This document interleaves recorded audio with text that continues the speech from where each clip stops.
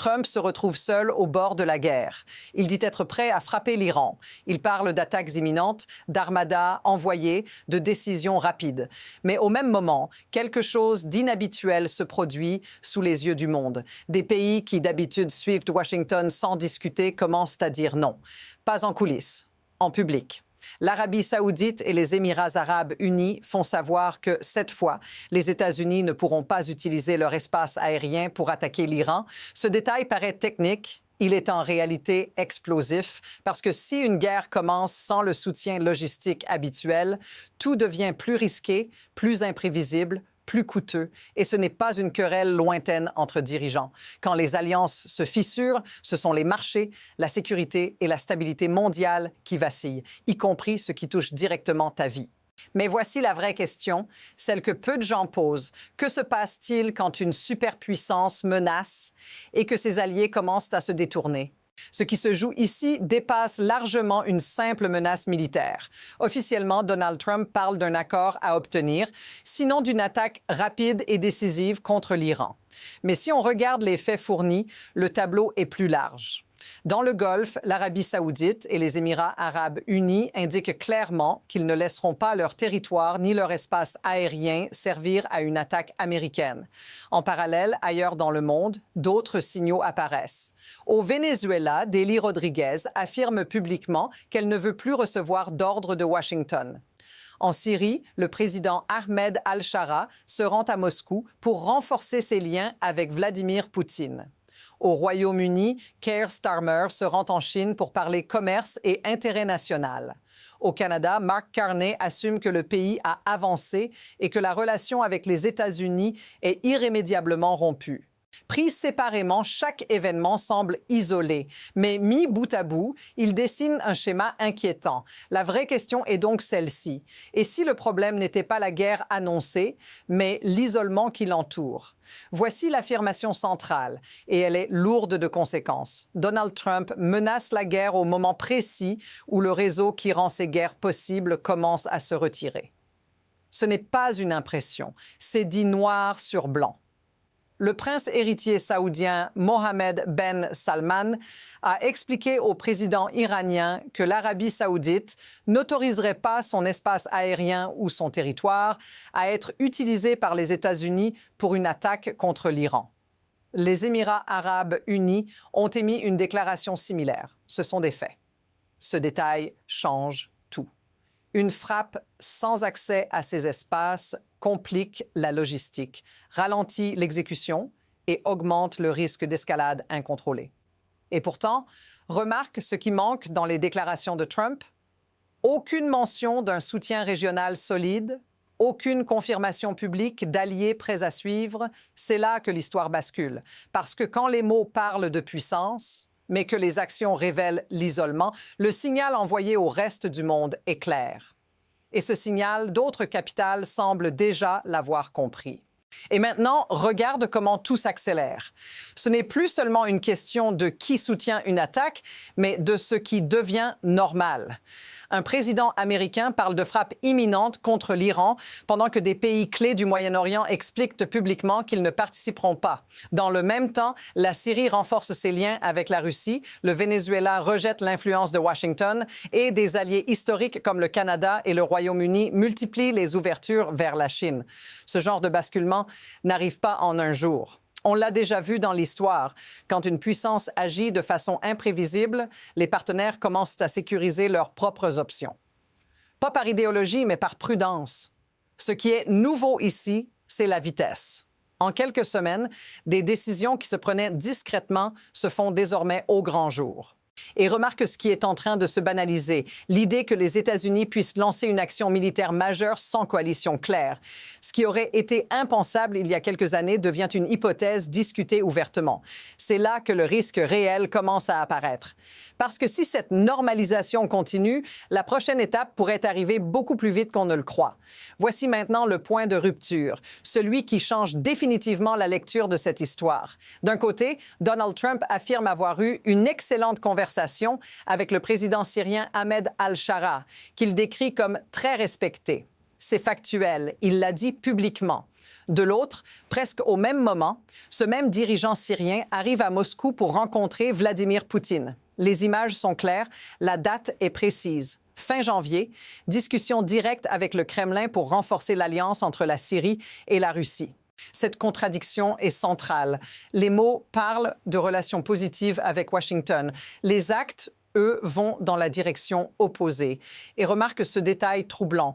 Pendant que Trump se félicite de ses bonnes relations, la Russie consolide son influence au Moyen-Orient et la Syrie se détourne concrètement des États-Unis. C'est ici que la perception bascule pour le spectateur. Ce n'est plus une série de tensions isolées. C'est un schéma où les déclarations américaines rassurent, pendant que le terrain se réorganise sans elles. Et quand les actes contredisent les discours à ce point, le monde écoute les actes. La question devient alors inévitable.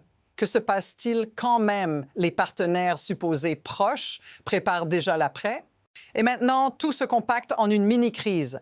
Pas une seule décision, pas un seul discours, mais une accumulation rapide qui donne l'impression que le contrôle glisse.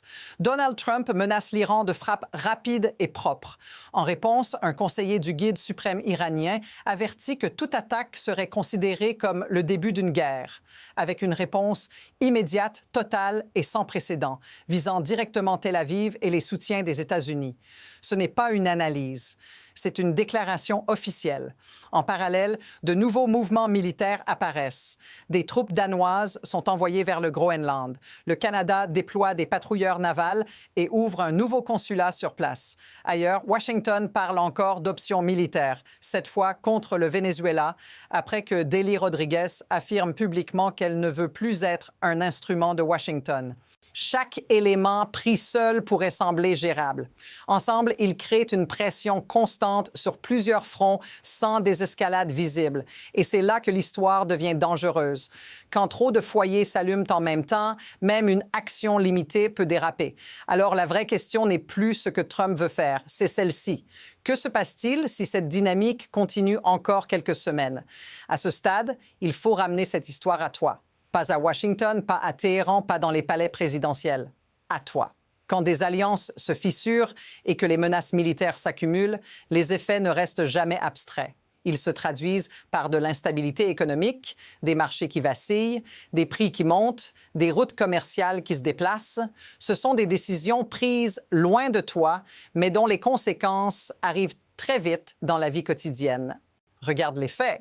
Le Canada dit que la relation avec les États-Unis est irrémédiablement rompue.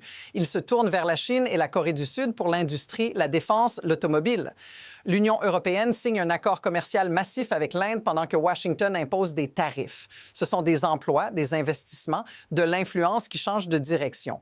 Et quand la confiance disparaît entre alliés, ce sont toujours les citoyens ordinaires qui encaissent les chocs en premier. Ce n'est pas idéologique, c'est mécanique. Quand le centre devient imprévisible, chacun protège ses propres intérêts.